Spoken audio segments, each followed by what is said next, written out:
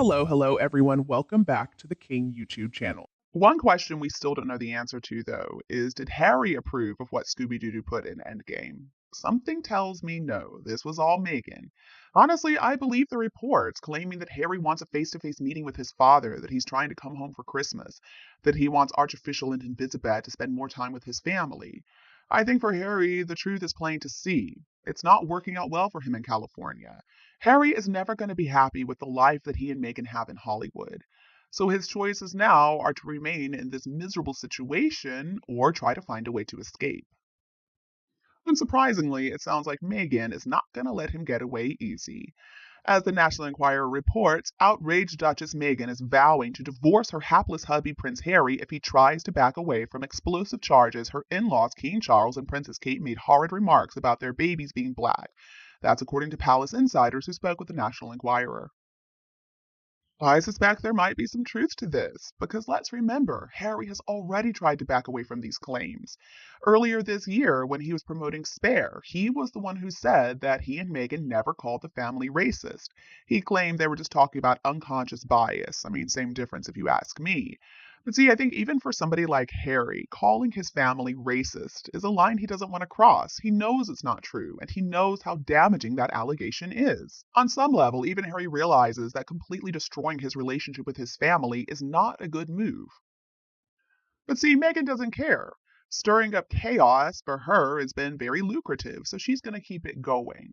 Meghan doesn't care if it's a lie or if it's the truth. She's going to promote whichever narrative she thinks people are interested in hearing, because she believes that's going to lead to more fame and money for herself. Meghan has already burned every bridge back to the royal family to an absolute crisp, so at this point, she's not worried about maintaining any kind of relationship with them. As always, she's just looking out for herself. And according to the National Enquirer, Meghan is absolutely forbidding Harry from trying to make up with his family. Reportedly, she is forcing him to choose between her and the invisible children and their life in Montecito or his family back in the UK. But you will notice that in my reporting, I never refer to her as Kate. It's always Katherine or Catherine, Princess of Wales or Princess Catherine.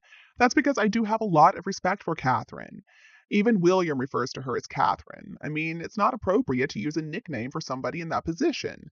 This little dig is also right up Meghan's alley. She loves to do this, basically insult people and then claim that she didn't know any better. This was a big part of the reason that she completely failed as a working member of the royal family.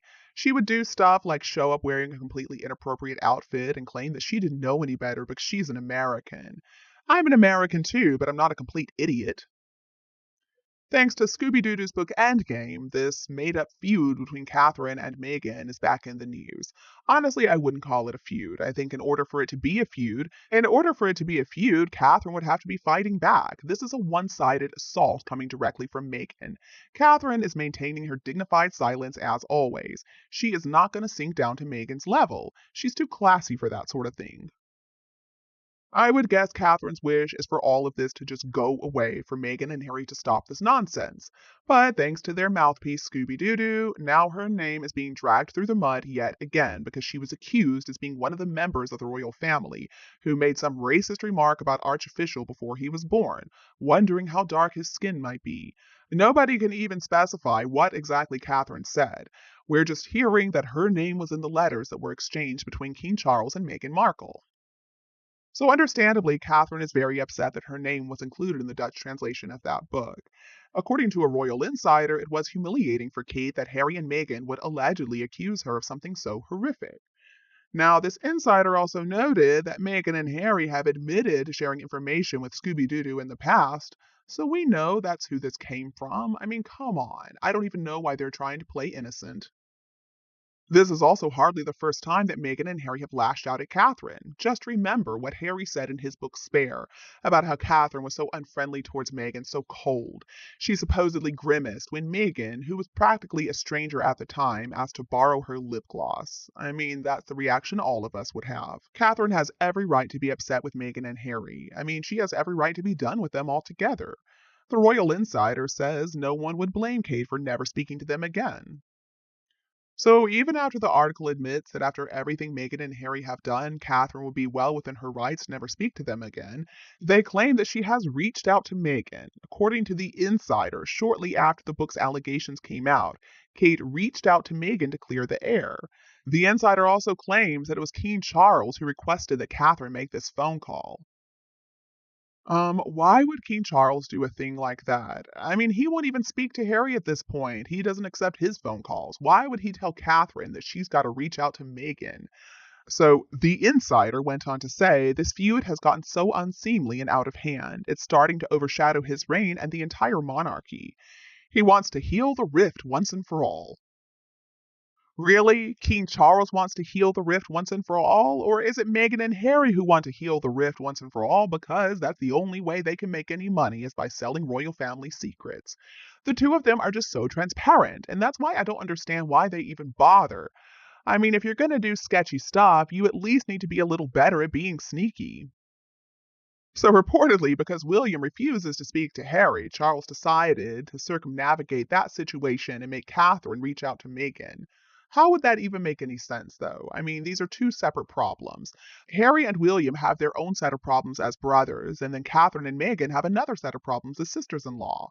The problems, though, in both relationships are stemming from only one source the Sussexes. William and Catherine did nothing to deserve this treatment. Reportedly, though, because William is refusing to speak to Harry, quote, Charles forced Kate to become his peacemaker. She agreed because when it comes to the royal family, Kate has always taken her duty seriously. She does what she is told. Oh God, okay, I think I know who this insider is. It must be ScoobyDoo himself. After all, he's the one who claims that Catherine is so pliable. Yeah, she just does whatever they tell her to do. Well, that is literally her job. I mean, come on. She's a loyal member of the royal family. She understands her position. She understands that her role is to do what she is told. Why do they try to make it sound like a bad thing that Catherine takes her duty seriously? This is something I still do not understand. The article goes on to claim that, quote, their talk was 4 years in the making, and obviously it wasn't easy because who knows what could end up being leaked from their private conversations. But Kate has apologized to Meghan before, and she knew what to say. Her kind words had an impact, and they both got pretty emotional. All right, again with the Catherine apologizing to Meghan, what on earth could Catherine apologize for? I don't believe for one second that Catherine ever said anything inappropriate about Archofficial before he was born. Maybe she said something nice like, oh, I bet he's going to be a really cute baby, but I don't believe for one second she speculated about how dark his skin might turn out to be. And what is this? She has apologized to Meghan before. Well, that's what Harry said in Spare when Harry claimed that it was Catherine who made Meghan cry that bridesmaid's dress fitting. Again, it was Meghan who made Catherine cry because she was being such a vicious bully towards little Charlotte. Catherine had no reason to apologize to Meghan. I do believe that she showed up at Meghan's door to give her flowers to try to clear the air, but that's not the same thing as an apology. I think Catherine just wanted to have a good relationship with her future sister in law, but that was never going to be possible because Meghan is so obsessively jealous of Catherine. According to this article, though, they agreed to a reluctant truce. The insider said they'll never truly see eye to eye, and nothing will change how Meghan feels about the way she has been treated by Kate and the rest of the royals, but Meghan is estranged from her own father, so she knows how tough it's been on Harry to feel abandoned by his family. She's vowed to do what she can to help. Both she and Kate want to start over. That's rich. Both she and Kate want to start over. Why would Catherine want to start over in her relationship with Meghan Markle, the narcissistic sociopath? Why would she want to open herself up and her family up too to all the harm that comes from being associated with Meghan and Harry? Those two are toxic. Being close to them is only going to lead to pain. And let's look at why Meghan is estranged from her own father. She is estranged from her own father because she wants to be estranged from him. She's the one who refuses to try to make peace with him. He has tried to reach out to her time and time again. I mean, it's really pitiful the way that he puts himself out there with these public pleas to Meghan, begging her to please just talk to him, to call him up. He just wants to meet his grandchildren. He wants to meet the son in law he's never met. But at the same time, we are supposed to believe that Catherine is the cold and cruel one? I mean, come on. Catherine has an incredibly close and loving relationship with her family. Looking at the relationships that Katherine and Meghan have with their own families is enough to tell us that Meghan is the one who has some serious mental health problems. It's not Katherine. Meghan is the one who has this pattern of using and abusing people, and then once they've outlived their usefulness, she throws them away. Katherine, on the other hand, has a very small, close knit group of friends who she has had for years. Katherine relates so well to people. She's authentic, she's genuine, and she's also got the good sense to stay away from a viper like Meghan Markle. And yeah, after thoroughly trashing the royal family for nearly 4 years now, both Meghan and Harry are trying to make peace with them because they realize their careers are over in America. They are desperate to get back in good with the royals because that's their only hope. It's so funny to me that Harry and Meghan thought the royal family was going to miss them so much when they left. They were going to be sorry. Well, no. The royal family has just gone from strength to strength, especially William and Catherine. I mean, just look at how well they're doing in the popularity polls, even in the US. People absolutely love William and Catherine. William is by far the most popular royal. He's even more popular than the president of the US, Joe Biden. And as for Catherine, her reputation is impeccable. And that's why, even though Endgame absolutely vilified Catherine, it has done absolutely nothing to really damage her reputation. The insider in this article goes on to claim Kate may have grudgingly put the past behind her out of loyalty to the family, but William can never forgive Harry for the way he's thrown Kate under the bus. Of course, William can never forgive Harry for what he has done, and similarly, I don't believe Catherine can ever forgive Meghan either.